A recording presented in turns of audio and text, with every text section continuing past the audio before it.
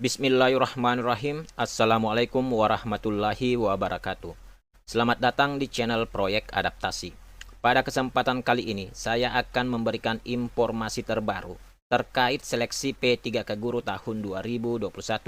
Informasi ini resmi dari Kementerian Pendayagunaan Aparatur Negara dan Reformasi Birokrasi Republik Indonesia, di mana Kemenpan RB menerbitkan surat dengan nomor B/1075/S.SM.01.00/2021 yang bersifat segera perihal ketentuan peserta seleksi kompetensi 1 pada pengadaan P3K untuk jabatan fungsional guru tahun 2021 yang diterbitkan tanggal 16 Juli 2021, yang mana isi suratnya ditujukan kepada yang terhormat pejabat pembina kepegawaian daerah di tempat. Merujuk Peraturan Menteri Pan-RB Nomor 28 Tahun 2021 tentang pengadaan pegawai pemerintah dengan perjanjian kerja untuk jabatan fungsional guru pada instansi daerah tahun 2021, khususnya mengenai ketentuan pelamar THK2 dan guru non-ASN yang terdaftar di Dapodik untuk mengikuti seleksi kompetensi 1, dan memperhatikan banyaknya pertanyaan terkait kesempatan bagi pelamar untuk dapat mendaftar di sekolah lain yang masih tersedia kebutuhannya jika kebutuhan formasi P3K tidak tersedia di sekolah tempat pelamar mengajar. Telah diadakan rapat Panselnas tanggal 13 Juli 2021 guna membahas pertanyaan-pertanyaan tersebut. Selanjutnya, rapat Panselnas yang dihadiri oleh beberapa unsur diantaranya Kementerian Pan-RB, Kemendikbudristek, BKN, BPKP, dan tim Q&A Panselnas menyepakati untuk menjelaskan pasal 29 ayat 2 Peraturan Menteri Pan-RB Nomor 28 Tahun 2021 sebagai berikut. Angka 1. Pelamar untuk seleksi kompetensi 1 hanya diikuti oleh pelamar dengan kriteria THK2 dan guru non-ASN yang terdaftar di Dapodik. Untuk poin pertama ini saya rasa sudah cukup jelas bahwa yang dapat mengikuti kompetensi 1 P3K Guru tahun 2021 adalah kriteria THK2 dan guru non-ASN yang terdaftar di Dapodik. Berikutnya angka 2, dalam hal kebutuhan P3K tersedia di sekolah tempat pelamar mengajar saat ini, pelamar sebagaimana angka 1 wajib mendaftar di sekolah tersebut selama sertifikat pendidik dan garis miring atau kualifikasi pendidikan sesuai. Untuk poin kedua ini juga sudah dicantumkan dalam Peraturan Menteri Pan-RB Nomor 28 Tahun 2021.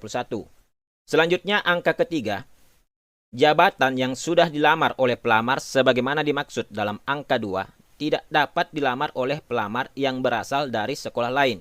Untuk poin ketiga ini juga sudah dijelaskan dalam Permen Pan-RB Nomor 28 Tahun 2021.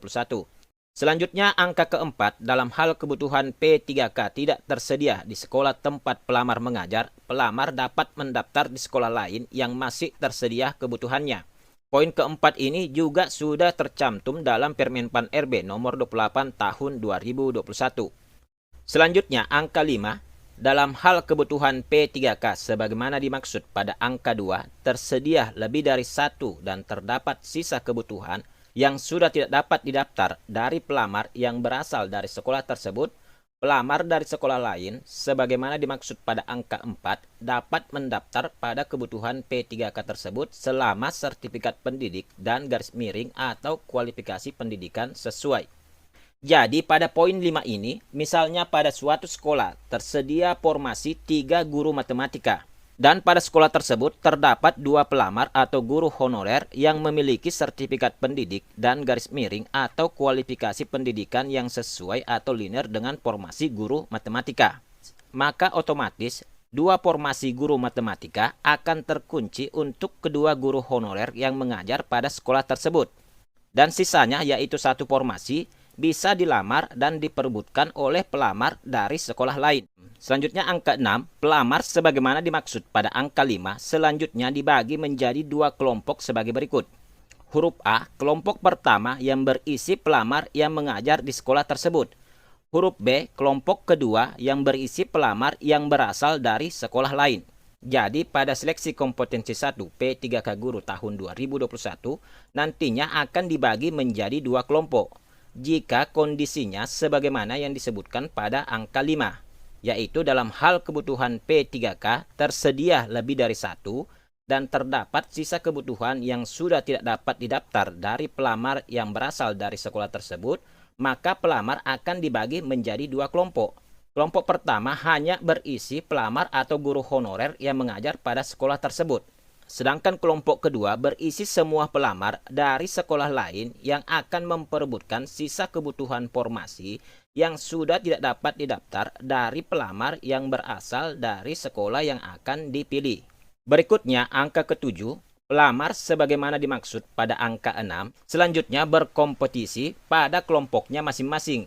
Jadi nantinya kelompok 1 dan kelompok 2 ini tidak digabung, tetapi dipisah dan berkompetisi sesuai dengan kelompoknya masing-masing, yaitu kelompok 1 di mana terdiri dari pelamar atau guru honorer yang mengajar di sekolah induknya, sedangkan kelompok kedua yaitu pelamar yang berasal dari sekolah lain.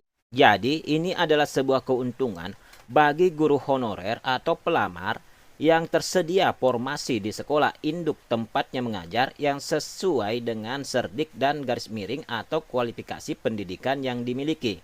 Karena akan ada kondisi di mana guru honorer tersebut hanya bersaing dengan dirinya sendiri dan hanya perlu memenuhi nilai ambang batas. Berikutnya angka 8, pelamar pada kelompok kedua berkompetisi untuk mengisi kebutuhan P3K sebanyak sisa kebutuhan sebagaimana dimaksud pada angka 5.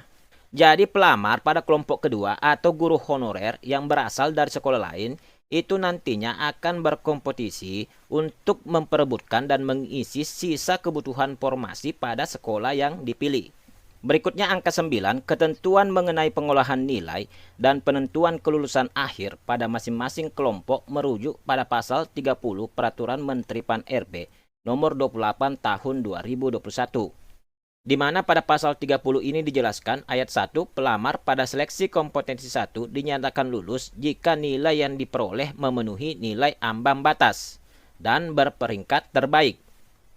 Ayat 2, dalam hal pelamar memiliki nilai akhir yang sama, penentuan kelulusan akhir secara berurutan didasarkan pada.